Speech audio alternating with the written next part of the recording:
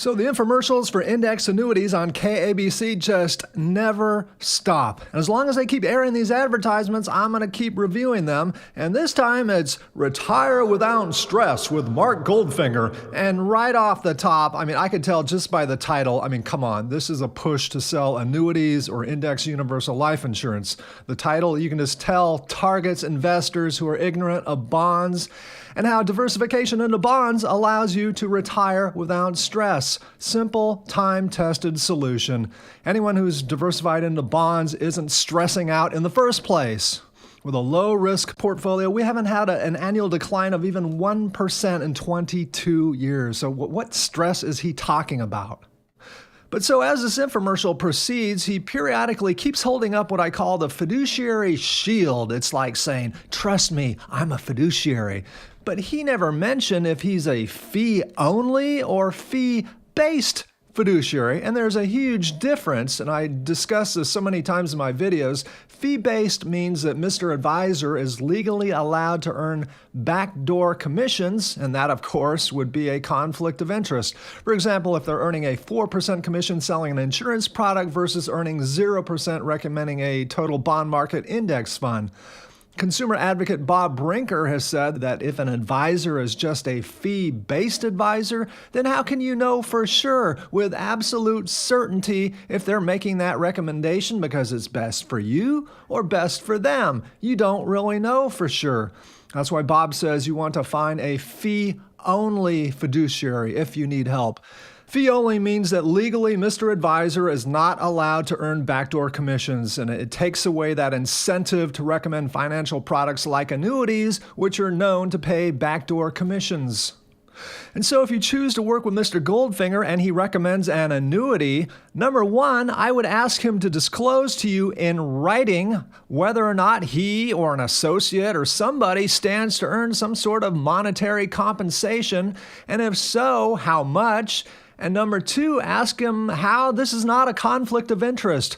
Why did he select an annuity strategy for you instead of a bond index fund strategy to offset your volatile stock market index fund money? Because index funds don't pay any commissions to advisors that I'm aware of. So wouldn't that be a conflict of interest if there's perhaps a 4% annuity commission? Ask him.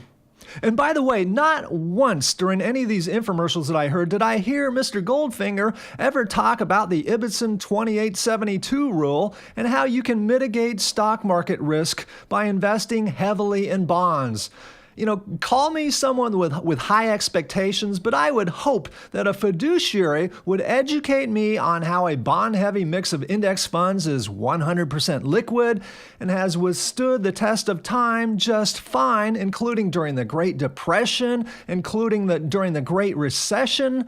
Don't summarily decide for me that I need an annuity without properly educating me about the basic, time-tested strategy of age-appropriate diversification, the 4% spending rule, etc. So, it's interesting. I was listening to the Rick Edelman show on KFI 640 AM shortly before I flipped over to KABC to hear Mr. Goldfinger's commercial. And Rick had a caller, 69 years old, was invested 100% in the stock market until 2015 when she got completely out and had been sitting in cash for the last year and a half, missing out on the recent rally. And what was Rick's advice? Did he suggest that an index annuity might be right for her? No. In fact, Rick lists fixed annuities and index annuities on his list of 15 investments to avoid. And so instead, Rick said to this caller to get back in, but to simply diversify into stocks and bonds. And keep in mind that Rick is a fiduciary, just like Mr. Goldfinger.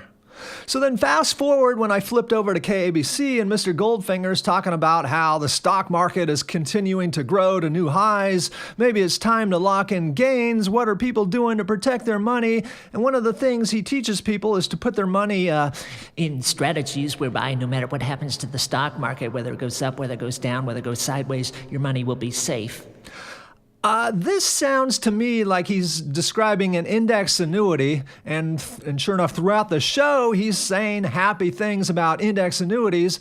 Also, he's talking about how the rest of someone's money could be put in something he called Wealth Guard, and I assume he's talking about using this software to monitor the stock portion of their money.